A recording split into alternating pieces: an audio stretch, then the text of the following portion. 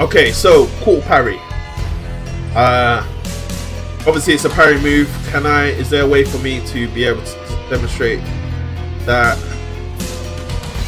Done it. Oh, does that buffs him? Okay, so Kotal parry is only really good if you want a buff. That makes him stronger, I guess. But it's slow on startup, so unless you know somebody's coming towards you to take the piss and punch you in the face, it's only really good if you want the buff. If he does a projectile, does that matter as well? Is it good if you parry it from a distance? Okay, so Kotal's parry. So suppose somebody wants to zone you out, and you know they're going to zone you out, and you want a buff. You can allow him to do that. You can get a buff from it. Don't run, boy. So yeah, I was wondering why it was a slow startup, and it's because you get a buff from it, which is good, because then obviously that's a damage buff. So other than that, unless there's somebody you know the person is gonna walk up to you in your face and take the piss, there's not really any point of you doing it in their face. But if they're zoning you out like how Johnny is right now, even then you need to be very sure that they're gonna do that. Cool, bro. You just getting... Okay, so remember to hold it down to have it out for longer. So suppose they go to fake you out, and they throw out a zoning move, and then they all of a sudden start advancing towards you, or they throw out a zoning move and then they go into teleport or something like that. You can quickly do it quick. So do that. Get back to blocking. So that is Kotal's parry. Okay, so his second move is the Metsui Kuya cut, the M cut, which is good. I think you can amplify that. So that, I guess that's, suppose somebody is in the corner, just like how I showed you with Jax. Someone's in the corner, they jump over you, you do this. Oops, wrong move. So yeah, he was in the corner, he jumped over me, and then you want to then get him back in the corner, you press that, get him back into the corner. Apply the pressure. So that's how that is good. That does a lot of damage as well. Let's see it without the amplify. Let's see the damage. Not really that good. So I guess the advantage to this move is if you amplify it, you do loads of damage. But the downside to it is you throw them out of the corner. So suppose you want them in the corner, you don't want to amplify it, because that would just throw them out of the corner and they get away. If you do want to get them back into the corner, so they've jumped over you, just do it, amplify it, get them back there. That's the only time that the amplifier is really good, unless you just want the raw damage. That's it. Okay, the Yee Kame disc. The Yee Kame disc. Why did they put these names in here? Okay, back forward A. Projectile. Pretty simple. Can you amplify it? No. It's slow startup, or kind of not that bad, but it's a very fast projectile. So I guess, especially if you're good with doing them over and over, might be good. I don't know if it beats other people's projectiles. Maybe that's the upside to it. Maybe it goes straight through somebody else's one if it's a, I don't know, a straight projectile like his is. Maybe, you know, the person's going to try and zone you out and you want to do the last bit of damage, and they're zoning, and that can go straight through and kill them, so they got to worry about that. That's good. You can't amplify it though, so. Yes. Okay, the Tekune Mu Maul. I don't know. Please, please, never better names. Back forward B. Okay, so that's the pussycat. What is the benefit of this? Quick starting, I guess. Let's see what it's like on block.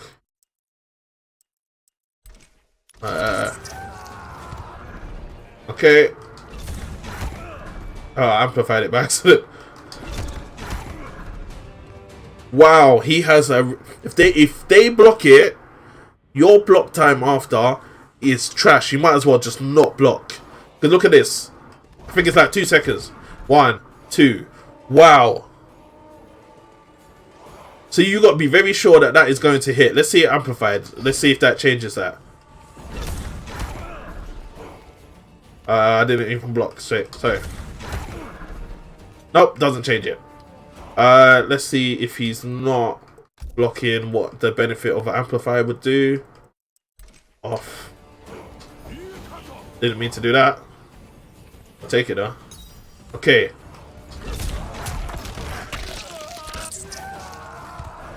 Let's try that again. Okay, so that was 124 damage. So 134 damage. So it does 10% more damage, I guess, or 10 points more damage. But they're both unsafe, very unsafe. So I don't get why you would want that. Where does it hit? Is that's just, they're both mids. Does the other one make it hit mid then low? Nope, both mid. I don't understand the benefit of that, but if you know the benefit, please put it in the comments up below. You can do it in the air apparently. Okay, so if you want to bully people and you want to throw out, so suppose you are jumping over a lot of projectiles, like straight footed, like projectiles like this. Oops, like this. Sorry, I'm pressing the wrong button. You're jumping over it. They keep throwing them out. You can do this and get in. Even though, to be honest, Kotal doesn't really want to get in. That's not his benefits. But I guess if you want to stop somebody zoning and you're at the right range, that is a good way of getting in. Let's see if what it's like at full range. Hold on. If he wants to do it. Can you do that and then uppercut after to maybe punish someone? No. I guess that's a good way of getting in over zoners. I think Kotal also must have a good amount of health then, compared to others. He also has something called the X-Lal Quake, which is down, back, B. Okay. How far does that stretch? Not that great. So why? Why did you want to do that? Okay.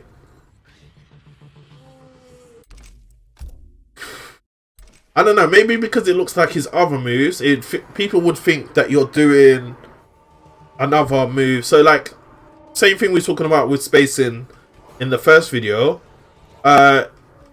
Because you do moves like that, they might think, okay, he's gonna do another advancing move, but in fact, it's an unblockable low. That's the only way I can say that is worth doing. Unblockable low. That is what's the name? Amplifier that goes into a high. Not even a higher overhead. Sorry. So they got, if they block it, they have to also block high in order to counter the top. So let's see if it blocks all. Oops. Okay, what the hell? You can see that I'm Why is he not blocking all? Oh, because it's unblockable. So, okay, so that is unblockable, obviously. If you catch them with it, and then you do the amplify, which requires a very exact timing. And the timing is exactly when your sword hits the ground. Let me try it again. Yep. Exactly when your sword hits the ground. You'll get unblockable low, which will then go into a comboed overhead, which is great. So that is a full combo that you know will guarantee to hit, but it's just about spacing. So yes, Kotal's thing is about being at about this range of spacing, so you can catch people. Okay, last one but not least is the Totem. I'm not even going to try to say that. The T-beam, which is Hadoken or aka B. Okay, it just gives you back your health.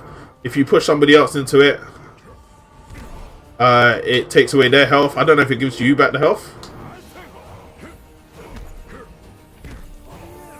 Yeah, so that damages them after time. Wait, does it give me back health?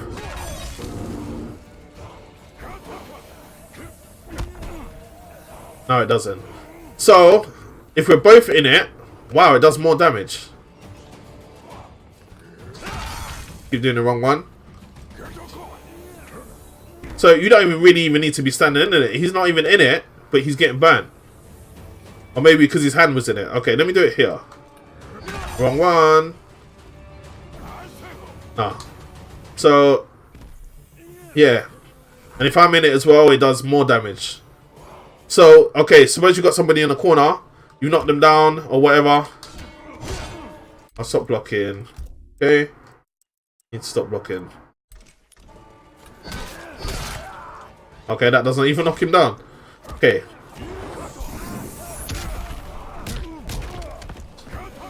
So you got him in the corner. He's stuck. And you're taking health from him at the same time. So, that is the best time to use that. You're doing extra damage as well. And you're getting healed. That is sick. Doing stuff like grabs as well, does it? Yes. So, I'd say the most beneficial move in this whole thing is probably the beam. They're going to be shitting it in the corner, especially if they're getting dot damage as well. Throwing grabs as well, because that does extra damage. Good. That's the best move that Kotal has in this selection. Also, if you know that the person is neutral, they like to stay on the ground, they don't like to jump, do this a lot. Do that. Always remember as well to press the amplify button right when the sword hits in order to get the overhead as well. Someone zoning, it's back forward A to stop them from doing it. If you want to get in, I guess, but I don't know why you want to get in, because it's Kotal Kahn, you want to be at this level. But okay, maybe a full screen. Yeah.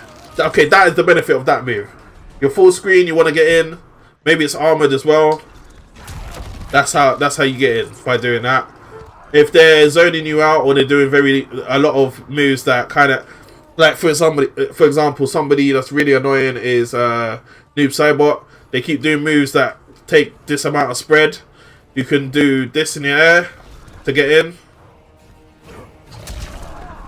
I think he's going to be really good against Noob, because Noob has a lot of moves that kind of hold this range.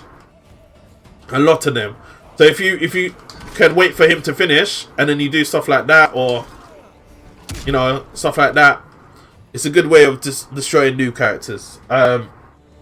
Does he have anything more before we leave this one here?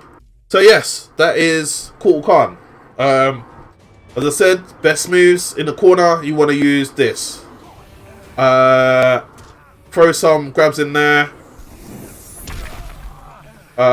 If the person doesn't like to jump a lot, then use this. Amplify it by pressing the amplify button as it hits the ground. Zoning you out, back forward A. Need to get in, back forward B. Full screen, need to get in, back forward B. Cool parry is not really that great, so forget about that. And that is only good if you want to get somebody back in the corner. Yeah, so amplifying it is only good if you want to get them back into the corner. So that was my kind of breakdown, beginner's guide to Kotal Kahn and understanding how he is a great person at range and in the corner. Thank you. Make sure you subscribe. It's myself, GRANDE. See you later.